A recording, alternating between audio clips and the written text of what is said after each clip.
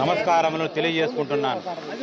ఈరోజు మనము తెలుగుదేశం పార్టీ 44వ ఆవిర్భవ దినోత్సవాన్ని మనం జరుపుకుంటున్నాం.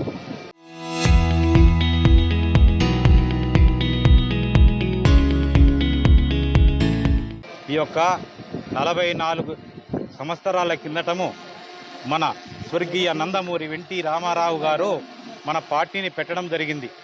ఆ రోజుల్లో కాంగ్రెస్ పార్టీ అనేది శాసించుతున్న రోజుల్లో తెలుగుదేశ ఆత్మ మన ఆంధ్ర తెలుగువారి గౌరవానికి ఇలా ఇబ్బందులు గురిచేస్తూ ఎంతోమంది తెలుగువారిని అవమానకరంగా భావించే ఆ రోజుల్లో కాంగ్రెస్ పార్టీ పాలనలో ముఖ్యమంత్రులను సీల్డ్ కవర్లలో తీసుకునే సాంప్రదాయం ఉండేది. ఆ సీల్డ్ కవర్లలో తెచ్చుకొని ఎవరు చెప్పితే ఢిల్లీ పీఠానికి సలాములు కొడుతూ ఉన్న ఆ రోజుల్లో మన నందమూరి స్వర్గీయ రామారావు గారు ఆ రోజు ఎన్నో ఆయన సినీ రంగములో సాంఘిక పౌరాణిక రంగాలలో ఎన్నో యుగ పురుషుడిగా ఎన్నో పనులు చేశాడు. ఆయన సినీ రంగంలో ఒక మకుటము లేని మహారాజుగా వెలుగొందుతున్న రోజుల్లో ఎన్నో సేవా కార్యక్రమాలు. ఆ రోజు మనకు ఇండియాకో పాకిస్తాన్కో యుద్ధాలు పడితేనో అందరితోనూ ఆయన డబ్బులందరినీ సమకూర్చి డబ్బులందరి కాడ జోలెబెట్టి తీసుకొచ్చి మన దేశానికి ఎన్నుముఖంగా నిలిచిన మహోన్నత వ్యక్తి మన స్వర్గీయ ఎన్టీ రామారావు గారు.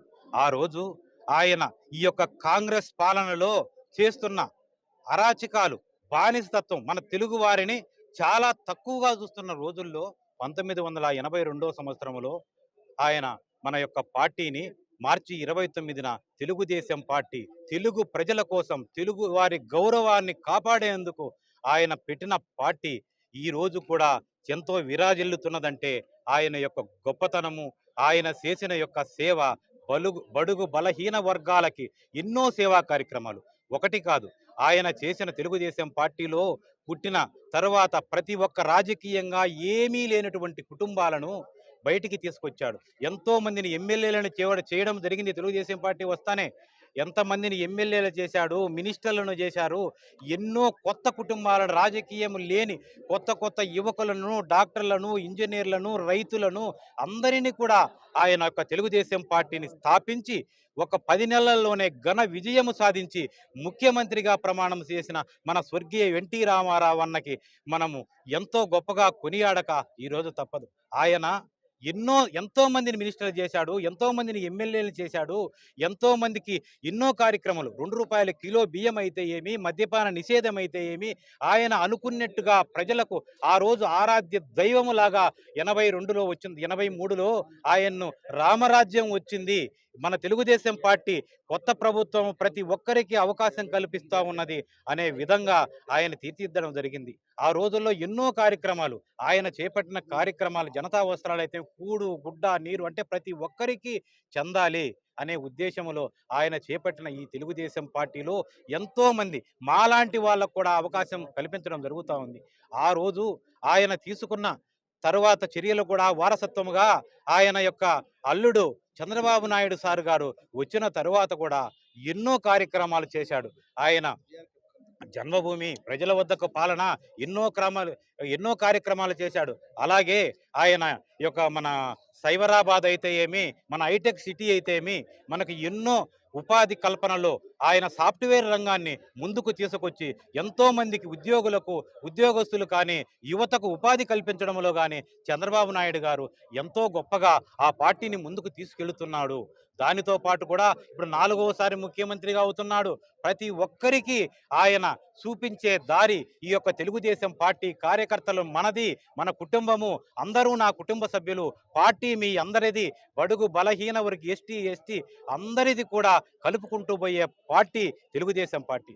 ఎన్నో పార్టీలు కూడా కొత్తగా పుట్టుకొచ్చాయి, ఏ పార్టీలు కూడా నిలబడలేదు.